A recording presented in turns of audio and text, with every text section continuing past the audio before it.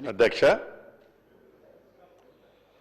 నా శాఖలైన revenue, registrations and relief, housing, అదే రకంగా ఐఎండ్పిఆర్కి సంబంధించిన పొద్దుల మీద ఆ అప్రూవల్ మీద ఈరోజు గౌరవ సభ్యులు సంజీవ్ రెడ్డి గారు, అదే రకంగా పల్లా రాజేశ్వర రెడ్డి గారు, అదే రకంగా పాల్వాయి హరీష్ గారు, అదే రకంగా కోనమనేని సాంబశివరావు గారు, అదే రకంగా అక్బరుద్దీన్ గారు చాలా ఉపయోగకరమైనవి, అమూల్యమైనవి కొన్ని సూచనలు, సలహాలు ఇవ్వటం జరిగింది. తప్పకుండా రెవెన్యూకు సంబంధించిన దాంట్లో సంజీవ్ రెడ్డి గారు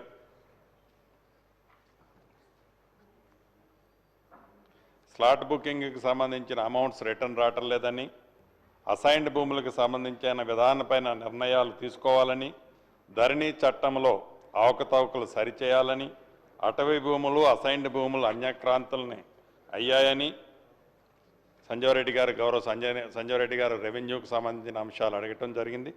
అదే రకంగా పల్లా రాజేశ్వర రెడ్డి గారు కూడా భూభారతి అవసరం లేదని, ధరణి చట్టం సరిపోతుందని, భూభారత చట్టాన్ని ఏప్రిల్ 1 నుండి అమలు చేస్తున్నామని ప్రకటించారు, ఇంకా ఎప్పుడు అమలు చేస్తారని, మాన్యువల్ పానీలు అవసరం లేదని, విఆర్ఓలతో అవసరం లేదని, అనుభవం కాలంను తొలగించాలని, జమాబందీ నిర్వహించాల్సిన అవసరం లేదని, మ్యుటేషన్లో అందర ప్రవ్యమం ఉండకూడదని అనటం జరిగింది. అదే రకంగా గౌరవ సాంబశివరావు గారు పెద్దలు భూభారత చట్టంలో అనుభవదారుడి కాలం ఉండాలని, కౌలు రైతులకి కార్డులు ఇవ్వాలని, కౌలు రైతులకి భద్రత కల్పించాలని, ఎంఆర్ఓ, డిప్టీ తహసీల్దారుల ట్రాన్స్ఫర్స్ చేయాలని, షెడ్యూల్ ఏరియాలలో గిరిజనేతరుల సాదా బైనామాల ద్వారా భూములు కొనటం జరిగింది, వాటిని గ్రామ సభలు పెట్టి పరిష్కరించాలని, జీవో 58, 59 ద్వారా భూముల క్రమబద్ధీకరణ గురించి పెట్టాలని, సింగరేణి ప్రాంతంలో ఉన్న భూముల క్రమబద్ధీకరణ సంబంధించిన జీవో 76ను అమలు చేయాలని, అసైన్డ్ భూములు పేదవాళ్లు కొంటే వారికి పట్టాలు ఇవ్వాలని, ఖాళీగా ఉన్న దాదాపు 100 సర్వే పోస్టులని ఫిల్ చేయాలని, 61 సంవత్సరాలు పైగా ఉన్న విఆర్ఓ వాళ్ళని కూడా తీసుకోవాలని చెప్పడం జరిగింది. అదే రకంగా సోదరుల అక్బరుద్దీన్ గారు కూడా ధరణి స్థానంలోని భూభారతిని అమలు చేస్తారని చెప్పారు, ఎప్పుడు చేస్తున్నారని కూడా అడగటం జరిగింది. అధ్యక్ష, ఇప్పుడు ముందుగా ఈ రెవెన్యూకు సంబంధించిన అంశాలకు వచ్చినప్పుడు ప్రధానంగా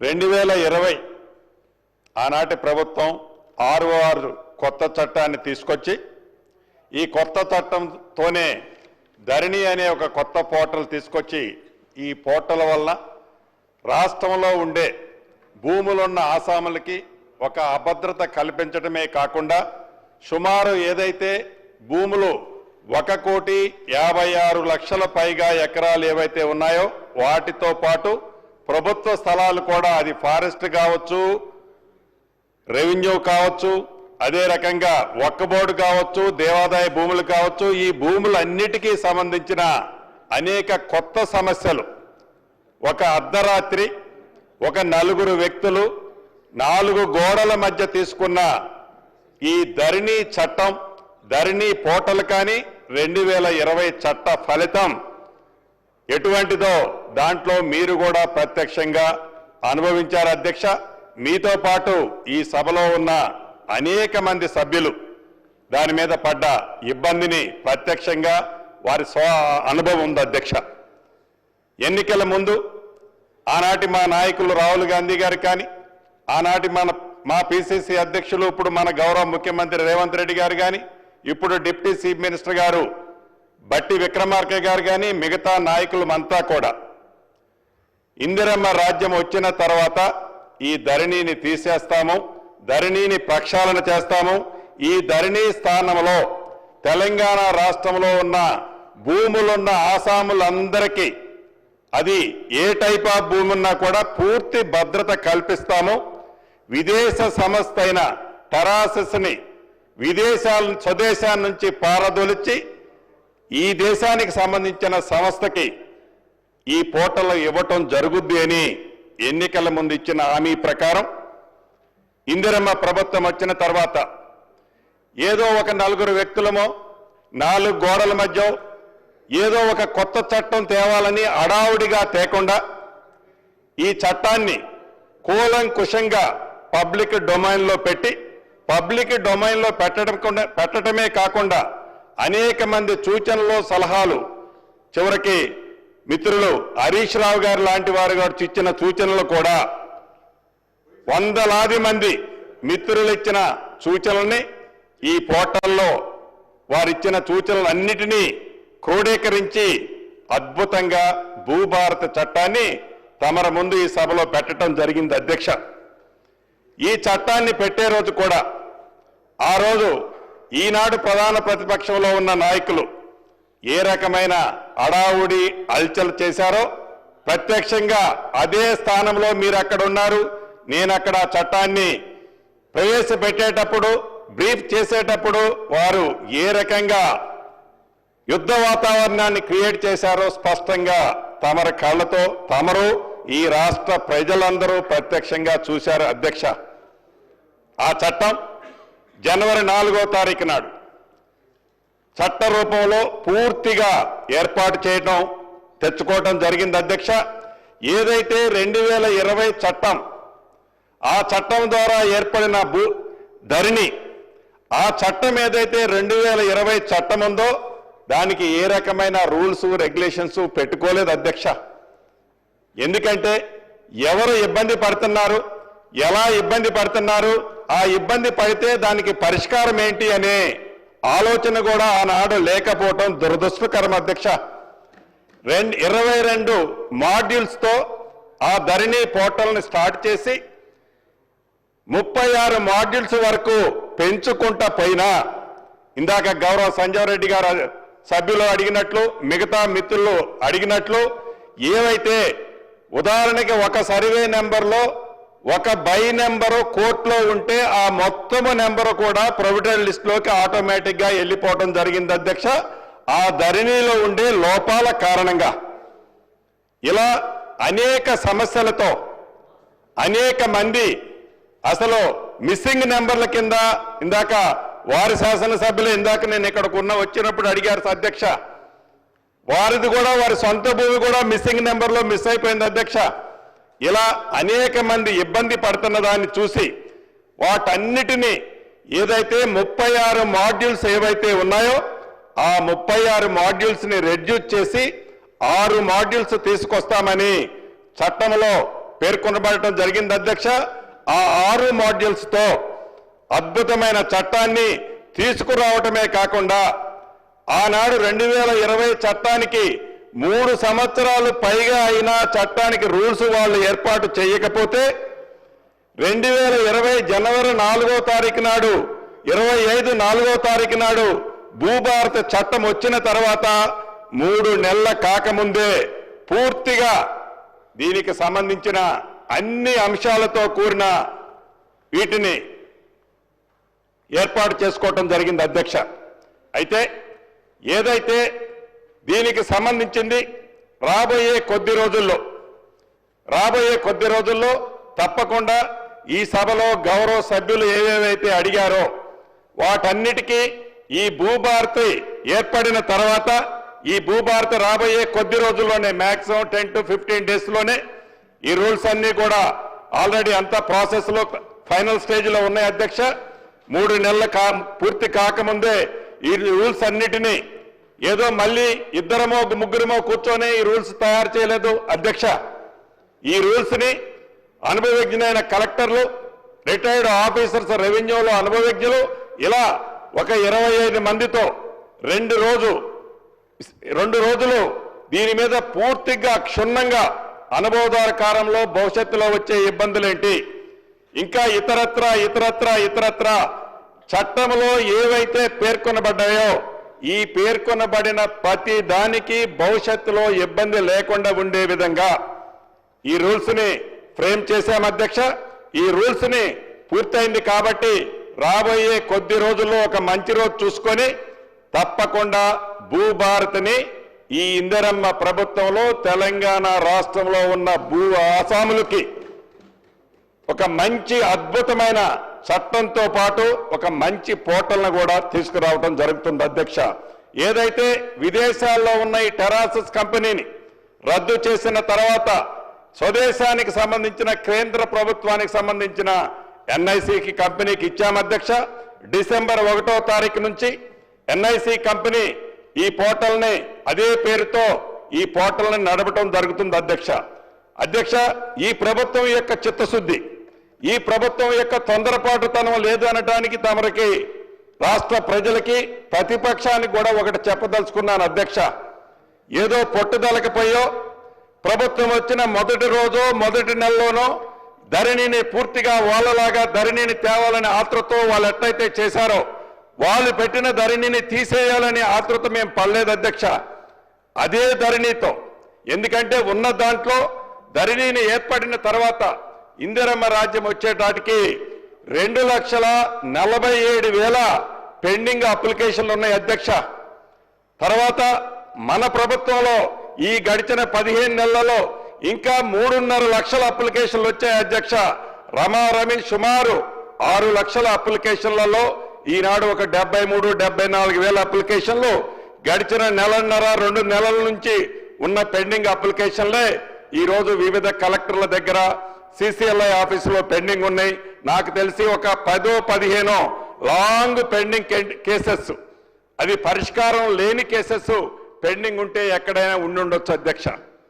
ఏది ఏమైనా ఏదైతే ఈ భూభారత చట్టం తీసుకొచ్చామో ఈ భూభారత చట్టం ద్వారా ఏవైతే గౌరవ సభ్యులు ఈనాడు ఈ సభలో అడిగారో, ఏదైతే ఈ ప్రభుత్వం చిత్తశుద్ధితో రైతులకే కాదు భూములున్న ప్రతి వాళ్ళకి, వ్యవసాయ భూములకే కాదు గ్రామీణ ప్రాంతంలో ఉండే అబాధి భూములకు కూడా రాబోయే రోజుల్లో ఈ చట్టంలో ఒక ప్లేస్ కేటాయించడం జరిగింది అధ్యక్ష. అంతేకాదు ఏవైతే ఇప్పుడు ఈ రిజిస్ట్రేషన్లు జరిగేటప్పుడు పక్క రాష్ట్రాల్లో వివిధ ప్రాంతాల్లో ఈ చట్టము ఏర్పాటు చేసేటప్పుడు ఏవైతే వివిధ అంశాల మీద క్షుణ్ణంగా పరిశీలించిన తర్వాత సర్వే అనేది తప్పనిసరిగా కావాలని గ్రహించి ఈ సర్వే కోసమని ఏదైతే రిజిస్ట్రేషన్ టైంలోనే అది వ్యవసాయ భూమి కావచ్చు, వ్యవసాయ ఇతర భూములకు కూడా తప్పకుండా ఆ స్కెచ్ ఏర్పాటు చేసి రిజిస్ట్రేషన్ డాక్యుమెంట్లోనే పెట్టాలన్నది ఈ భూభారత్లో ప్రత్యేకంగా పేర్కొనబడటం జరిగింది అధ్యక్ష. అంతేకాదు ఈ సర్వేకి సంబంధించిన అంశాల్లో కూడా ఆ సబ్జెక్ట్ వచ్చినప్పుడు చెప్తాను అధ్యక్ష.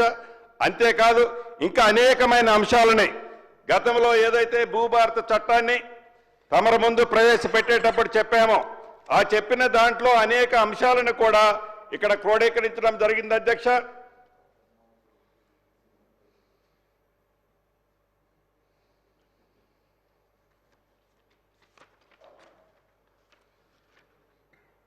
ఇందాక గౌరవ సభ్యులు అడిగినట్లు ఆనాడు ఒక అర్ధరాత్రి ఒక కలము పోటుతో సుమారు 10,954 మంది రెవెన్యూ గ్రామాల్లో ఉండే రెవెన్యూ వ్యవస్థని పూర్తిగా ఆనాటి ప్రభుత్వం పక్షాలను చేసిన మాట, పూర్తిగా డిమాలిషన్ చేసిన మాట నిజం అధ్యక్ష. ఈ రెవెన్యూ గ్రామాల్లో ఒక రెవెన్యూ భూముల వ్యవస్థే కాదు అధ్యక్ష, ప్రభుత్వానికి ఏ రకమైన వివరాలు కావాలన్నా అది వ్యవసాయేతర భూములే కాదు, వ్యవసాయ భూములే కాదు, ఇతరత్ర ఎప్పుడైనా ప్రకృతిగా ఇబ్బంది కలిగినప్పుడు అటువంటి పరిస్థితుల్లో కూడా ఇన్ఫర్మేషన్ కోసం ప్రాపర్గా రెవెన్యూ విలేజ్ల నుంచి ఇన్ఫర్మేషన్ ఇచ్చే అధికారే లేకపోవటం దురదృష్టకరం అధ్యక్ష. దాన్ని మన ఇందిరమ్మ ప్రభుత్వంలో ఈనాడు తప్పకుండా ప్రతి రెవెన్యూ గ్రామానికి ఒక రెవెన్యూ అధికారిని పెట్టాలని నిర్ణయించి దానికి సంబంధించిన జీవోను కూడా ఈ మధ్యనే కేబినెట్లో అప్రూవ్ చేసుకున్న తర్వాత జీవోను కూడా ఇవ్వటం జరిగింది అధ్యక్ష. అంతేకాదు అధ్యక్ష, అదే రకంగా ఈ భూభారత చట్టంలో ఏవైతే పేర్కొనబడ్డామో అనేక అంశాలు, ఈ అంశాలన్నిటి మీద క్షుణ్ణంగా రూల్స్ రెగ్యులేషన్స్ తయారై అదే రకంగా లా సెక్రటరీ గారితో కూడా వెట్టింగ్ చేసుకోవటం జరిగింది. వెట్టింగ్ అయిన తర్వాత దాన్ని రాబోయే కొద్ది రోజుల్లో ఇందాక చెప్పినట్లు తప్పకుండా ప్రజలు అనుకుంటున్నట్టు ఆతృతగా ఏదో ఒక చట్టాన్ని తేవాలని కాకుండా ప్రాపర్ చట్టాన్ని ప్రజలకి, ముఖ్యంగా భూములున్న ఆసాములకు ఇవ్వాలన్నదే ఈ ప్రభుత్వం యొక్క ముఖ్య ఉద్దేశమని తమరి ద్వారా ఈ సభకి యావత్ తెలంగాణ రాష్ట్ర ప్రజలకి కూడా తెలియజేస్తున్నాం అధ్యక్ష. గౌరవ సభ్యులు గతంలో కొన్ని క్వశ్చన్లు ఈ చట్టం పెట్టేటప్పుడు ఇదే సభలో అనేకమైన అంశాలు, ధరణిలో జరిగిన అవకతవకల గురించి ఇతరత్రా కూడా రేట్ చేయడం జరిగింది అధ్యక్ష. మహేష్ రెడ్డి గారు మిగతా మిత్రులు తప్పకుండా దాని మీద ఒక ఆడిట్ని వేస్తామని చెప్పాం. దానికి సంబంధించిన వ్యవస్థను కూడా ఈ భూభారతిని ఏర్పాటు చేసే లోపే దానికి సంబంధించింది కూడా పూర్తి వివరాలు ప్రజల ముందు, ఏ రకమైంది ఇన్స్పెక్షన్ జరిగేది, ఏ రకంగా చేయబోతున్నాం అనేది కూడా ప్రజలకి ఈ సభ్యులకు కూడా తెలియజేయటం జరుగుద్దని మీ ద్వారా ఈ గౌరవ సభ్యులకు కూడా తెలియజేయడం జరుగుతుంది అధ్యక్ష. అదే రకంగా ఈ శాఖకు సంబంధించిన సర్వేకి సంబంధించిన దాంట్లో ప్రధానంగా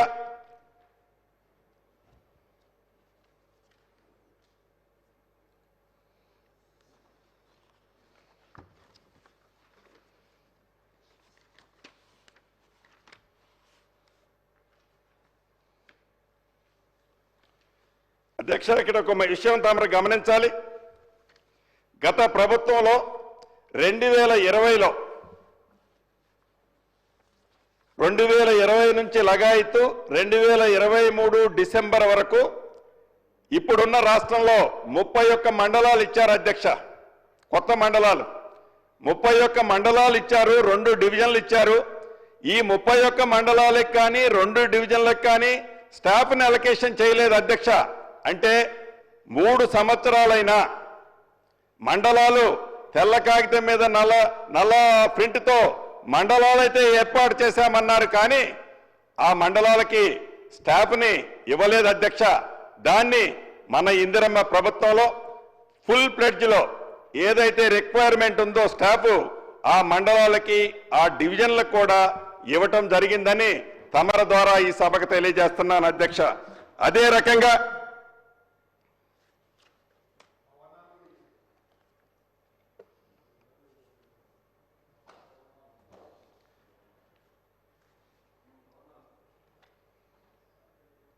సర్వేకి సంబంధించిన దాంట్లో రాష్ట్ర వ్యాప్తంగా ఏదైతే ఈనాడు సుమారు 380 మంది సర్వే చేసే వ్యవస్థలో సర్వే చేసే టీం ఉంది అధ్యక్ష. ఇంకా 1000 మందిని అది విఆర్ఓల నుంచి కానీ ఖాళీ ఉన్న పోస్టులతో కలిపి ఇంకా అదనంగా మొత్తం కలిపి 1000 మందిని ఈ సర్వే కోసమని ప్రత్యేకంగా ఏర్పాటు చేయడం జరుగుతుంది అధ్యక్ష.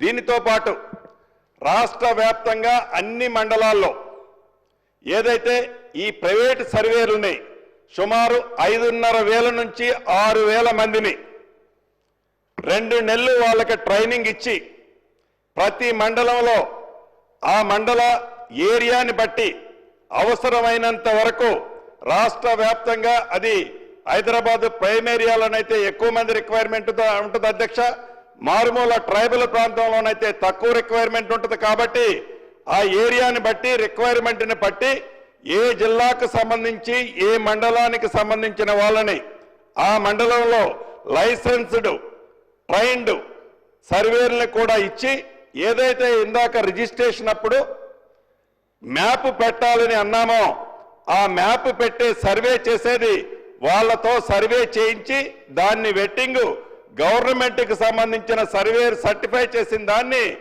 ఈ రిజిస్ట్రేషన్ దాంట్లో ఇన్కార్పొరేట్ చేసే విధంగా రాబోయే రోజుల్లో ఆ ప్రణాళికను సిద్ధం చేస్తున్నాం అధ్యక్ష. ఎందుకంటే మన పక్క రాష్ట్రాలు చూస్తే ఉదాహరణకి కర్ణాటకలో సుమారు 17,000 మంది సర్వేలు ఉన్నారు అధ్యక్ష.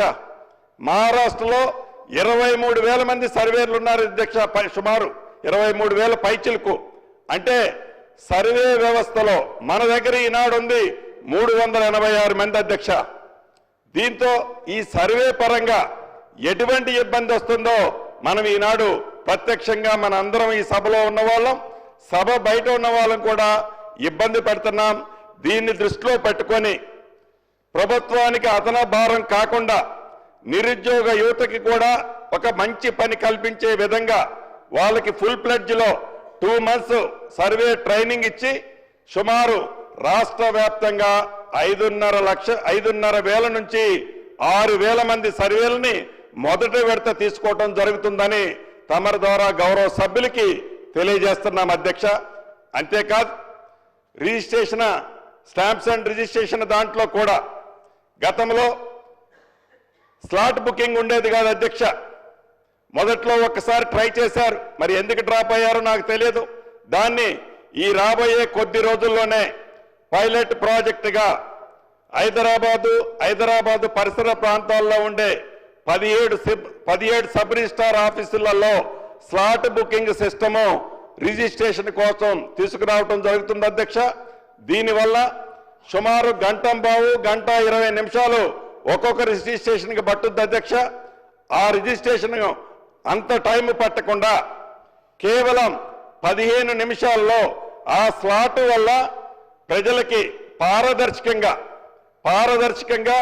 టైం వేస్ట్ కాకుండా ఒక ప్రజలకి మంచి జరుగుద్దనే ఉద్దేశంతో ఈ రిజిస్ట్రేషన్ వ్యవస్థలో కూడా రాబోయే కొద్ది రోజుల్లో పైలట్ మోడల్గా కొన్ని రిజిస్ట్రార్ ఆఫీసుల్లో తీసుకురావటం జరుగుతుంది అధ్యక్ష. ఓవరాల్ గా ఈ సర్వేకి సంబంధించింది ఈ భూభారత్ వల్ల, అదే రకంగా ఈ రిజిస్ట్రేషన్ వ్యవస్థ వల్ల తప్పకుండా తెలంగాణ రాష్ట్రంలో ఉండే ప్రజలకి మంచి జరుగుతుంది అనేది ఈ ప్రభుత్వం పూర్తిగా నమ్ముతుంది, విశ్వసిస్తుంది అధ్యక్ష. అదే రకంగా ఎల్ఆర్ఎస్కి సంబంధించిన దాంట్లో గౌరవ సభ్యులు కొన్ని అడిగారు ఇందాక.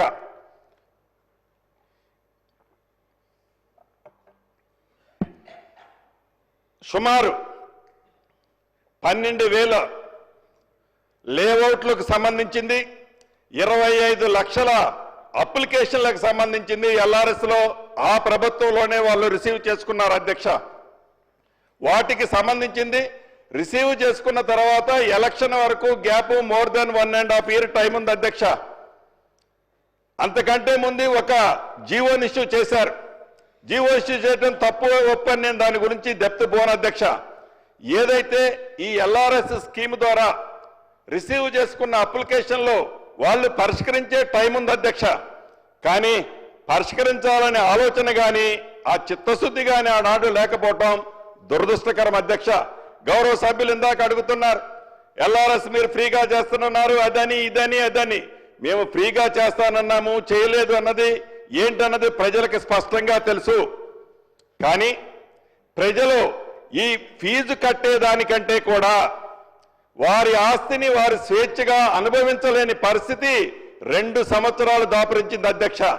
దాన్ని మన ఇందిరమ్మ ప్రభుత్వంలో దానికి పూర్తిగా పారదర్శకంగా ఆ ఎల్ఆర్ఎస్ ని యుద్ధ ప్రాతిపదిక మీద ఈనాడు ఈ ప్రభుత్వంలో వాటిని పూర్తి చేసే కార్యక్రమాన్ని చేపట్టామని గౌరవ సభ్యులకు తమర ద్వారా తెలియజేయడం జరుగుతుంది అధ్యక్ష. ఇక హౌసింగ్ సబ్జెక్టుకు వస్తే ఇందిరమ్మ ప్రభుత్వం అంటేనే ఇందిరమ్మ ఇళ్ళు అంటేనే ఇందిరమ్మ ప్రభుత్వం అధ్యక్ష. అది 2004 నుంచి 2014 దాకా ఆనాటి ఇందిరమ్మ ప్రభుత్వంలో రాష్ట్ర వ్యాప్తంగా సుమారు 23 లక్షల ఇళ్ళు కట్టించిన ఘనత ఇందిరమ్మ ప్రభుత్వానికి అధ్యక్ష. ఏ మారుమూల ప్రాంతానికి పోయినా, ఏ గూడానికి, ఏ తండాకి పోయినా తప్పకుండా ఆ తండాలో దర్శనమిచ్చేది దేవాలయం ఉంటుందో ఉండదో కానీ తప్పకుండా ఇందిరమ్మ ఇళ్ళు దర్శనమిస్తాయి అధ్యక్ష. ఏదైతే తెలంగాణ రాష్ట్రం ఏర్పడిన తర్వాత 2014 నుంచి 2023 చివరి వరకు రాష్ట్ర వ్యాప్తంగా ఆనాటి ప్రభుత్వం డబుల్ బెడ్రూమ్ ఇళ్ల స్కీమ్తో పిలిచిన టెండర్లు ఏంటంటే సుమారు 2,50,000 అధ్యక్ష. ఈ 2,50,000లో గ్రౌండ్ కానీ సుమారుగా 14 నుంచి 15,000 ఉన్నాయి అధ్యక్ష. మిగిలిన ఈ 2,35,000లో వారు పూర్తయినాయి అని చెప్పేది సుమారు 1,72,000 దాకా ఉన్నాయి అధ్యక్ష. మిగతా ఈ మొత్తం ఏ ప్రాంతానికి పైన మొండిగోడలతో మనకి ఈనాడు దర్శనమిస్తాయి అధ్యక్ష. ఏవైతే కంప్లీట్ అయినాయి అన్న దాంట్లో కూడా కొంతమందిని డ్రా సిస్టంలో బెనిఫిషరీని ఆనాడు ఫైనల్ చేశారని చెప్పారు అధ్యక్ష. ఆ డ్రాలో ఏ రకమైన భాగోతం జరిగిందో దాంట్లోకి నేను డెప్త్గా వెళ్ళను అధ్యక్ష. అదే రకంగా ఇంకా డ్రా తీయకుండా ఏదైతే మేము బెనిఫిషరీని ఫైనల్ చేశామని ఒక లిస్టు చెప్తారు అధ్యక్ష. ఆ లిస్టుకు సంబంధించిన విషయంలో ఇంకా ఏమిచ్చారు, వాళ్ళకి సర్టిఫికెట్ ఇచ్చారా ఏమి ఇచ్చారా తెలియదు.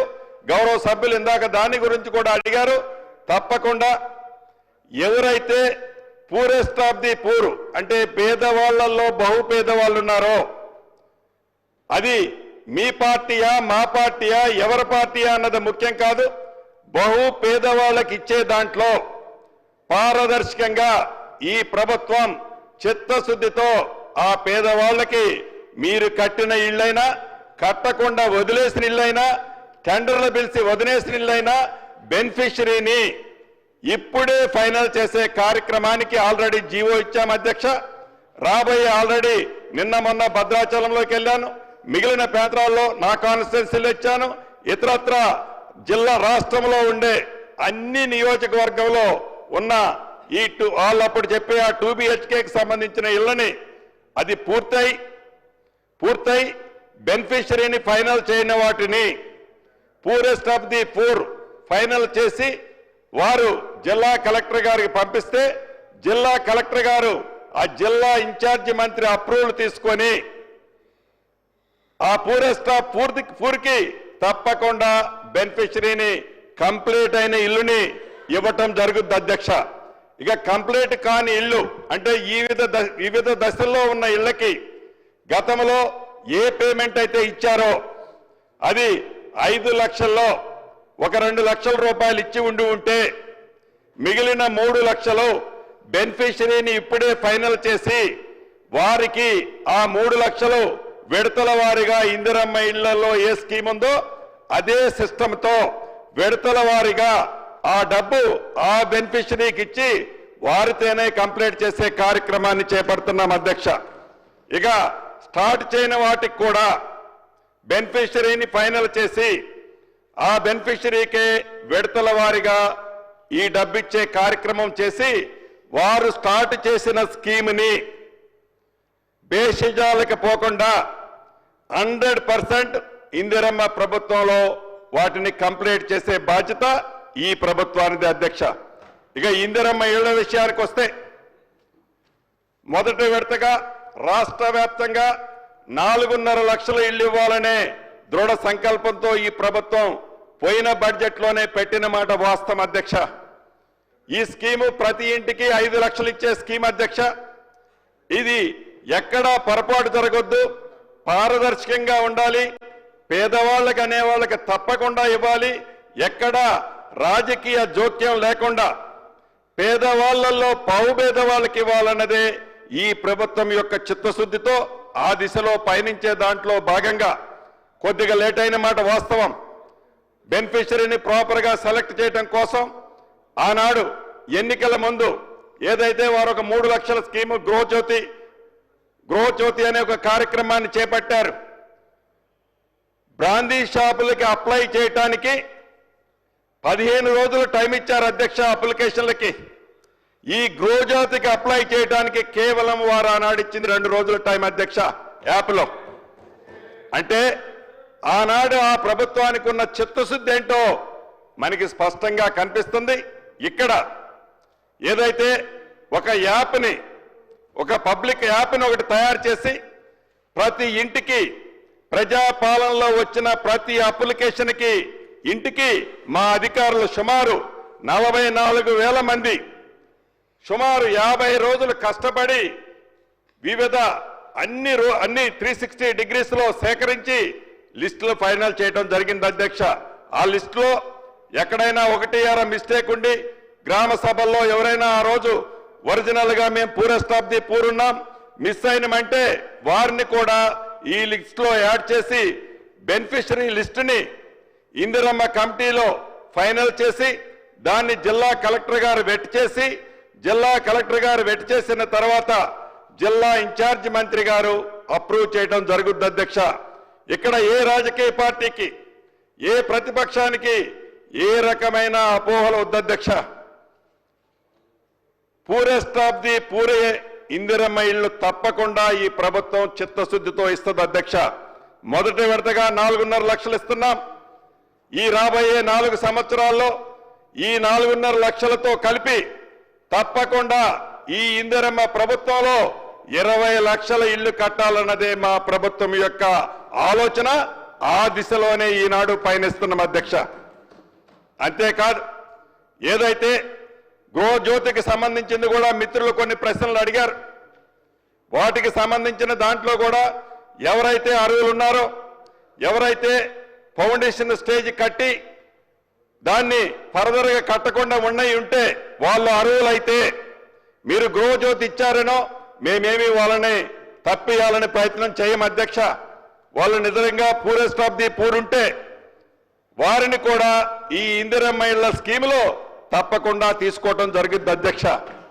అంతేకాదు, ఏదైతే ఇళ్ల స్థలం లేని వాళ్ళు ఉన్నారు, అర్బన్ ప్రాంతంలో ఉండే పేదవాళ్ళు ఉన్నారు, తప్పకుండా ప్రభుత్వ స్థలాలలో అర్బన్ ప్రాంతంలో వాటికి కూడా గౌరవ ముఖ్యమంత్రి గారు సహచర మంత్రులము అందరం దాన్ని కూడా ఒక ప్రణాళికాబద్ధంగా రూరల్ అంతా కంప్లీట్ అయిన తర్వాత అర్బన్కి సంబంధించింది కూడా రాబోయే కొద్ది రోజుల్లో దాని మీద కూడా ఒక నిర్ణయం తీసుకొని అర్బన్కి సంబంధించిన దాంట్లో కూడా ఇందిరమ్మ ఇళ్లు కట్టించాలన్నదే ఈ ప్రభుత్వం యొక్క ఆలోచన అని తమరి ద్వారా గౌరవ సభ్యులకు తెలియజేస్తున్నాను అధ్యక్ష.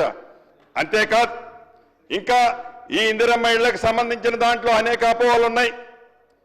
400 స్క్వేర్ ఫీట్ కట్టాలంటున్నారు. ఎక్కువ కట్టొచ్చా, తక్కువ కడితే ఇస్తారా, ఎక్కువ ఎంత కట్టాలి అనేది చాలా మంది శాసనసభ్యులు, చాలా మంది నాయకులు వివిధ ప్లాట్ఫామ్స్ మీద వారి డౌట్ని వెల్లబుచ్చుతున్నారు అధ్యక్ష. చాలా క్లియర్గా చెప్పాం. అంటే 400 అనేది మినిమం. 400 స్క్వేర్ ఫీట్కి అంటే 800 స్క్వేర్ ఫీట్ కట్టుకుంటానంటే అతను పూరెస్ట్ ఆఫ్ ది పూర్ అవుతాడని నేను అనుకోవటం లేదు అధ్యక్ష.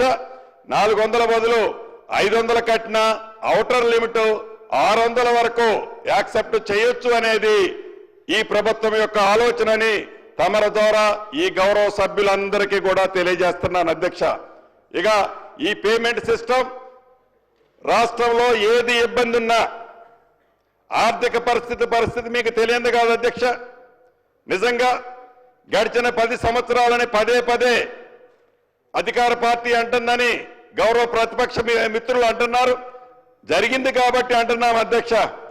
ఆర్థిక పరిస్థితి ఎన్ని ఇబ్బందులు ఉన్నా ఇందిరమ్మ ఇళ్లకి ఏ లోటు రాకుండా ఈ ప్రభుత్వం చిత్తశుద్ధితో పేదవాడికి ఒక గూడు కట్టే దాంట్లో ఒక్క అడుగు కూడా వెనక్కి వేయదు అని కూడా తమరి ద్వారా ఈ వేదిక ద్వారా తెలియజేస్తున్నాను అధ్యక్ష. ఇంకొక ఇంపార్టెంట్ ఇష్యూ, నా సొంత నియోజకవర్గం పాలేరు నియోజకవర్గంలో ఏదైతే ఇప్పటికే ఆల్రెడీ సుమారు నేను అక్కడ ప్రతి మండలానికి ఒక గ్రామాన్ని పైలట్ ప్రాజెక్టుగా చేస్తున్నాం అధ్యక్ష. నా 4 మండలాల్లో ఒక 258 ఇళ్ళు ఇచ్చాం అధ్యక్ష. ఇప్పటికే 200 ఇళ్ల వరకు ఫౌండేషన్లు వేసుకున్నారు అధ్యక్ష. ఈ ఫౌండేషన్ వేసిన తర్వాత మనం ₹1,00,000 ఇచ్చే కార్యక్రమం మన స్కీమ్ సిస్టమ్ అధ్యక్ష. ఎవరైనా పేదవాళ్ళుంటే, ఎవరైనా బహు పేదవాళ్ళుంటే ఆడబిడ్డ పేరుతోనే మనం ఇల్లు ఇస్తున్నాం అధ్యక్ష. ఈ డాక్రా గ్రూపులు, మహిళా గ్రూపుల్లో వారి పొదుపులో ఉన్న డబ్బు ఏదైతే ఉందో వారితో టైఅప్ చేసి ₹1,00,000 వారి ద్వారా వారికి ఇప్పించే కార్యక్రమాన్ని నా నియోజకవర్గంలో మోడల్గా చేశాను అధ్యక్ష. గౌరవ సభ్యులందరికీ కూడా అటువంటి ఫెసిలిటీని క్రియేట్ చేసే అవకాశం ఉంది కాబట్టి మీ నియోజకవర్గాల్లో నిజంగా జెన్యూన్గా ఎవరైతే ఈ ₹1,00,000 పెట్టుకొని ఫౌండేషన్ వేయలేరో వాళ్ళకి ఈ పొదుపు సంఘంలో ఉండే డబ్బుతో సపోర్ట్ చేసే ఒక వ్యవస్థను కూడా మీరు డెవలప్ చేసుకోవాలని ఈ వేదిక ద్వారా గౌరవ సభ్యులందరికీ కూడా తెలియజేస్తున్నాను అధ్యక్ష. ఇక చివరగా ఈ ఇందిరమ్మ ఇళ్ళు, ఈ ప్రభుత్వం ఇందిరమ్మ ఇళ్ల మీద ఉన్న చిత్తశుద్ధి తప్పకుండా ఎవరు ఏమనుకున్నా, ఎన్ని అవాక్కులు చవాక్కులు పేలినా ఇందిరమ్మ ప్రభుత్వం అంటేనే ఇందిరమ్మ ఇళ్ళు కాబట్టి ఇందిరమ్మ ఇళ్ళు కట్టించే దాంట్లో ఈ ప్రభుత్వం పక్షపాతం లేకుండా పార్టీలకు అతీతంగా అన్ని ప్రాంతాలలో పేదవాళ్ళకి ఇందిరమ్మ ఇళ్ళు ఇచ్చే కార్యక్రమం చేస్తుందని ఈ సభ ద్వారా గౌరవ సభ్యులకి రాష్ట్ర ప్రజలకి కూడా తెలియజేస్తున్నారు అధ్యక్ష. ఇంకొక విషయం,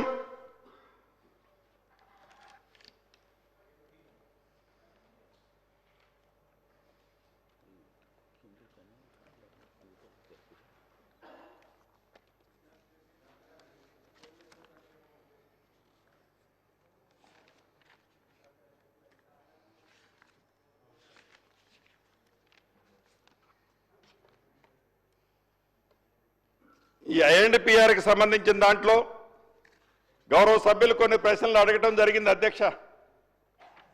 ప్రధానంగా ఈ అక్రిడేషన్ కార్డ్స్కి సంబంధించి ఇప్పటికే ఒక హై లెవెల్ కమిటీని వేయటం జరిగింది అధ్యక్ష. 2 పర్యాయాలు వారు కూర్చోవటం జరిగింది. దాని మీద గౌరవ శ్రీనివాసరెడ్డి గారు దాని చైర్మన్గా ఉన్నారు.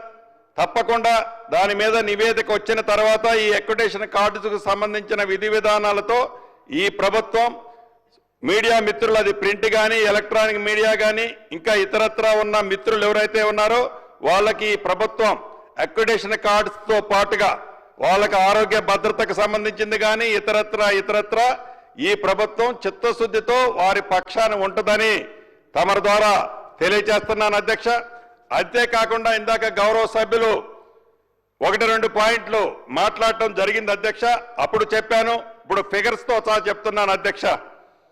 ఏదైతే గడిచిన 10 సంవత్సరాల్లో ఆనాట ప్రభుత్వం ఉన్నప్పుడు ఈ రాష్ట్రంలోనే కాకుండా బయట రాష్ట్రాల్లో అది ప్రింట్ మీడియా కావచ్చు, ఎలక్ట్రానిక్ మీడియా కావచ్చు, లేకుంటే ఓటింగ్స్ కావచ్చు, సుమారు 564,40,00,000 రూపాయలు ఆనాడు 10 సంవత్సరాలలో ఆనాటి ప్రభుత్వం ఖర్చు పెట్టింది అధ్యక్ష. ఆధారాలతో సహా ఈ ప్రభుత్వం, మీరు ఉదయం అడిగారు అధ్యక్ష, తప్పకుండా ఈ ఐఎన్డిపిఆర్కి సంబంధించిన దాంట్లో మీరు డిబేట్ పెడతారంటే, మీరు యాక్సెప్ట్ చేస్తే ఈ ప్రభుత్వం సిద్ధంగా ఉందని కూడా మళ్ళీ రిపీట్ చేస్తున్నాను అధ్యక్ష. అదేవిధంగా మహారాష్ట్ర ఎన్నికల్లో ఐఎన్డిపిఆర్ నుంచి ఎలక్షన్ టైంలో అదే రకంగా ఇంకొక రాష్ట్రం కూడా గౌరవ సభ్యులు కోట్ చేశారు అధ్యక్ష.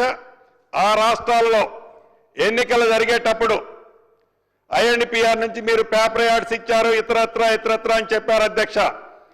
ఈ ఇందిరమ్మ ప్రభుత్వం వచ్చిన తర్వాత ఏ రాష్ట్రంలో కూడా ₹1 అంటే ₹1 ఐఎన్డిపిఆర్ నుంచి ఈ ప్రభుత్వం ఖర్చు పెట్టలేదు అని మీ ద్వారా గౌరవ సభ్యులకి రాష్ట్ర ప్రజలకు కూడా తెలియజేస్తున్నాం అధ్యక్ష. అంతేకాదు, ఏదైతే ఆనాడు ఆ ప్రభుత్వం ఉన్నప్పుడు, వారి పరిపాలనలో ఉన్నప్పుడు ఏదైతే ఈ ఐఎన్డిపిఆర్కి సంబంధించిన టారిఫ్లు ఉన్నాయి అధ్యక్ష, ఈ టారిఫ్లకు సంబంధించిన దాంట్లో కూడా ఎగ్జాంపుల్కి 1-2 చెప్తాను అధ్యక్ష. 2014 నమస్తే తెలంగాణ పేపరు టారిఫ్ రేటు ₹875 అధ్యక్ష. ఏది సెంటీమీటర్కి, స్క్వేర్ సెంటీమీటర్కి. 2016లో అంటే 2014 నుంచి అంటే పేపర్ పెట్టడమే ₹875 అధ్యక్ష స్క్వేర్ సెంటీమీటర్కి. 2016లో ₹1,150 అధ్యక్ష. 2019లో ₹1,500 అధ్యక్ష. ఈ నమస్తే పేపర్కి ఈనాడు పేపర్కి 1500 రూపాయలు అధ్యక్ష. నమస్తే తెలంగాణ పేపర్ ఎక్కడ, ఈనాడు పేపర్ ఎక్కడ? ఈనాడు పేపర్కి 1500 రూపాయలు. అధికారం ఉందని, మీ చేతిలో అధికారం ఉందని దాన్ని విచ్చలవిడిగా 1500 రూపాయల చొప్పున ఈనాడు పేపర్తో కంపేర్ చేసుకొని మీరు మీ టారిఫ్ని మీ చేతిలో సంతకం పెట్టుకునే హక్కు ఉందని పెట్టారు అంటే ప్రజల సొమ్ముని ఏ రకంగా లూటీ చేశారో మీరు గ్రహించవచ్చు అధ్యక్ష. అదేవిధంగా అధ్యక్ష 2017 తెలంగాణ టుడే పెట్టారు అధ్యక్ష. 2017లో తెలంగాణ టుడేని పెట్టారు. ఆ రోజు వారి టారిఫ్ 1000 రూపాయలు పెట్టుకున్నారు. పేపర్ పెట్టడం 2019లో 2 సంవత్సరాలు కూడా పూర్తి కాలేదు అధ్యక్ష. 2000 రూపాయలు చేసుకున్నారు. 2000 రూపాయలు చేసుకున్నారు అంటే ఈ 2000 రూపాయలు టైమ్స్ ఆఫ్ ఇండియాకి ఎంతయ్యా అధ్యక్ష అంటే 1000 రూపాయలు ఉంది అధ్యక్ష. ఈనాడు తెలంగాణ రాష్ట్రంలో టైమ్స్ ఆఫ్ ఇండియాకి ఉన్న టారిఫ్ రేట్ ఎంతంటే 1000 రూపాయలు. అదే రకంగా తెలంగాణ టుడేకి ఎంత ఉందంటే 2000 రూపాయలు అధ్యక్ష. ఇలా టీ న్యూస్కి వద్దాం. టీ న్యూస్కి సెకన్కి 3000 రూపాయలు అధ్యక్ష. ఈటీవీకి 2500 అధ్యక్ష. ఎన్టీవీకి 3000 రూపాయలు అధ్యక్ష. అంటే ఈటీవీకి ఎన్టీవీ కంటే మీ టీ న్యూస్ గొప్పది అధ్యక్ష. ఆ రేంజ్లో అంటే ఎలా ప్రజల సొమ్ముని కొల్లగొట్టొచ్చో దీన్ని చూస్తే మనకి అర్థమవుతుంది అధ్యక్ష. చివరగా నేను చెప్పాలనుకున్నది ఒక్కటే, దీంట్లోకి ఎందుకు మనం పోయామంటే లేని వాటిని ఉన్నట్లు, ఉన్న వాటిని లేనట్లు, అబద్ధాన్ని నిజం చేయాలని తాపత్రయపడుతున్న దానికి ఒక చిన్న మొచ్చు తునకద తమరు ముందుంచాను అధ్యక్ష. ఇది ఒక శాంపుల్ మాత్రమే. గడిచిన 10 సంవత్సరాల్లో ఏదైతే ఈ రాష్ట్రంలో ఐఎన్డిపిఆర్ తరపున ఆనాటి ప్రభుత్వం ఖర్చు పెట్టిందో ఆ ఖర్చు పెట్టిన నిధుల్లో వారి సొంత వ్యవస్థకి ఎన్ని వందల కోట్లు ఇచ్చుకుంది, మిగతా వ్యవస్థలకు ఎన్ని కోట్లు ఇచ్చింది మీకు స్పష్టంగా మీరు సమయం ఇస్తే ఈ సభలో ఆ శాఖ మంత్రిగా పూర్తిగా డిస్కస్ చేయడానికి సిద్ధంగా ఉన్నామని తమరి ద్వారా తెలియజేసుకుంటూ, గౌరవ సభ్యులు నా శాఖకు సంబంధించిన అనేక అంశాలు అడిగారు. వాటన్నిటికీ నేను భూభారత్కి ఏదైతే ల్యాండ్కి సంబంధించిన సబ్జెక్టులో వాటన్నిటికీ భూభారత్కి సంబంధించిన దాంతో పరిష్కారం 99% దొరుకుద్దని నేను ఆశిస్తున్నాను అధ్యక్ష. అదే రకంగా మిగతా అంశాల విషయంలో కూడా, ఇందిరమ్మ ఇళ్ల విషయంలో కూడా ఏ పేదవాళ్ళకి అభద్రత అవసరం లేదు, భయపడాల్సిన అవసరం లేదు, ఏ రకమైన పైరవీ అవసరం లేదు. ఇందిరమ్మ ప్రభుత్వము బ్రాండే ఇందిరమ్మ ఇళ్ళు అని తమరి ద్వారా తెలియజేసుకుంటూ, చివరగా నా మంత్రిత్వ శాఖకు సంబంధించిన కట్ మోషన్లో గౌరవ సభ్యులు కొంతమంది అడిగారు కాబట్టి దాన్ని తమరి ద్వారా వారిని కూడా రిక్వెస్ట్ చేస్తున్నా, డ్రాప్ అవ్వాల్సిందిగా కోరుతూ సెలవు తీసుకుంటున్నాను అధ్యక్ష.